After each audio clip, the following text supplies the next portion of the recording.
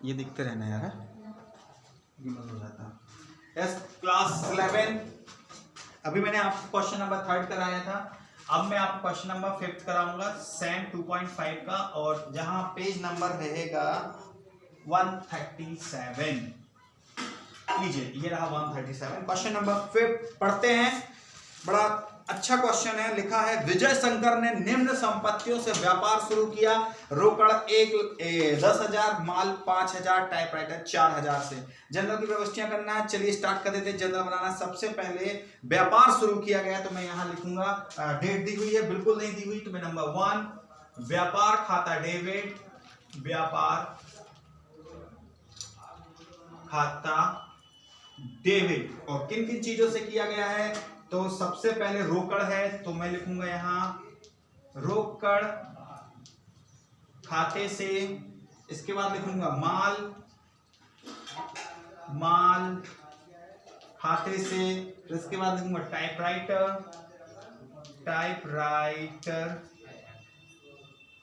खाते से, है ना। इन 3 चीजों से व्यापार चालू किया गया। समरी में आप लिख सकते हैं कि इन चीजों से व्यापार चालू किया गया, समरी में आप लिख सकते हैं। चलिए अमाउंट लिखते हैं। रोकड़ महज आपकी जो है वो है 10,000 रुपए की, ठीक है। माल है वो है 5,000 रुपए का, और जो टाइपराइटर है वो है 4,000 रुपए का। इसके साथ होता है 5 4 9 और 10 19,000। मतलब आपने जो व्यापार प्रारंभ किया वो 19,000 से चालू किया। ये रही आपकी पहली एंट्री। चलिए सेकंड एंट्री चलते हैं। सेकंड एंट्री लिखा, उधार माल खरीदा ए से 500 रुपए, बी से 400 रुपए और सी से 800 रुपए। उधार माल खरीदा, हमने क्रय कर लिया है, तो नाम आता है क्रय खाता डेबिट, ए से, बी से, सी से, ठीक है। तो चलिए देखते हैं किससे कितने का माल हमने खरीदा है। तो ए से जो हमने माल खरीदा है वो महज 500 रुपए का खरीदा है। बी से जो माल खरीदा है वो 400 का खरीदा है, और सी से जो खरीदा है वो 800। तो 8 4 12 5 1700 रुपए का टोटल हमने उधार माल खरीदा है। चलिए ये भी एंट्री हो गई, दूसरी कंप्लीट। अभी तीसरी। नरेशन मैं बार बार बोल रहा हूं, नरेशन आप स्वयं लिख लेना, मेरे पास जगह नहीं है, मैं इसलिए नहीं लिख रहा हूं, पर आप नरेशन जरूर लिखेंगे। और नरेशन वही होगी, टिप्पणी मींस आपके क्वेश्चन का शॉर्ट लाइन, ठीक है ना, ये आपकी टिप्पणी कहलाती है। अगला तीसरा है, उधार माल बेचा है डी को 700, ई को 800 और ई को 800 और एफ को 600। अब यहां मिस प्रिंट है, ई 2 बार 800 रुपया है ना। तो यहां अपन, अब चूंकि बुक की मिस प्रिंट है, अपन एक ही बार लेंगे, क्लियर। तो चलिए चलते हैं यहां पर। उधार माल बेचा, जब हम उधार माल बेचेंगे तो सामने वाले से पैसा मिलेगा, और चूंकि उधार बेचा है तो पैसा तो मिलेगा नहीं, तो सामने को माल जरूर मिल रहा है, पर किस किस को माल मिल रहा है, तो देखें हम। सबसे पहले यहां माल मिल रहा है डी को सबसे पहले, तो मैं यहां लिखूंगा डी डेबिट, ई डेबिट, एफ डेबिट और विक्रय खाते से, ठीक। तो देखते हैं कैसे कैसे माल बेचा। तो डी को 700 रुपए का माल बेचा है, मतलब डी ने 700 रुपए का खरीदा है, ई ने 800 रुपए का खरीदा है, और एफ ने 600 रुपए का खरीदा है।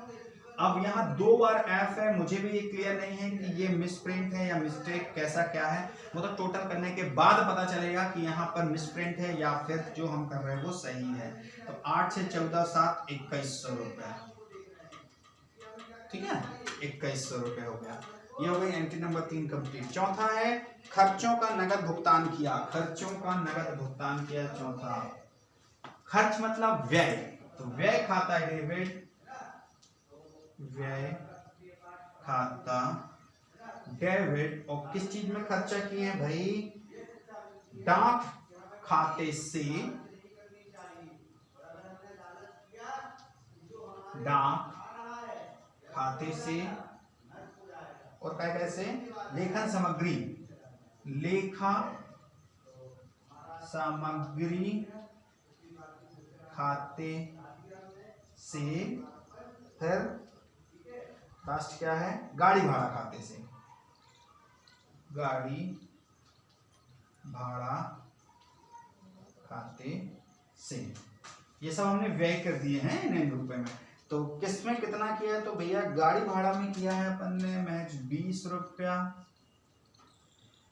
लेखन सामग्री में भैया हमने किया है 100 रुपया, डाक में हमने किया है 50 रुपया।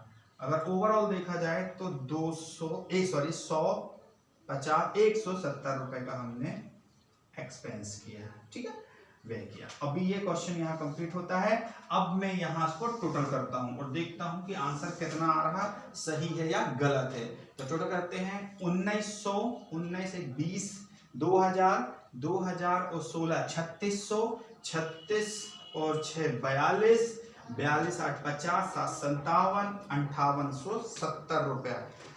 लीजिए यहाँ तो हो रहा 5870, अच्छा सॉरी यहाँ 19,000 है, माफ कीजिएगा 19,000 है, मैंने 1900 जोड़ दिया, ये रहा 19,000, ये रहा 1700 और इसको कर देते हैं हम 2100 और ये हो जाएगा आपका 170 रुपये। टोटल करते हैं 0 7 9 10 दोबारा 2 हाथ क्या 1 और 2 22,970।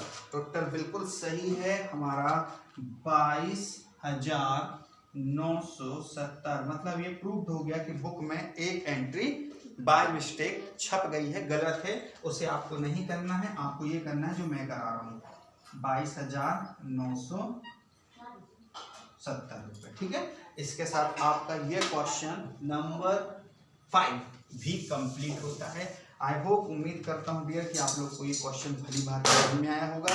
इसके साथ इस विधि का ये क्वेश्चन तो कंप्लीट होता है। कल मैं आपको बट्टे से रिलेटेड सवाल कराऊंगा, मीन्स डिस्काउंट से रिलेटेड सवाल कराऊंगा कि डिस्काउंट पहले होता कितने प्रकार का है और इस डिस्काउंट को कैसे शो किया जाता है, कहाँ शो किया जाता है, कहाँ नहीं किया जाता, ये सारी चीज़ मैं कल बताऊंगा। फिलहाल आपके सामने ये question number 5 page number 137 Shivlal book lesson number 2.5 date डली हुई है 11th कॉमर्स कंप्लीट नोटेड।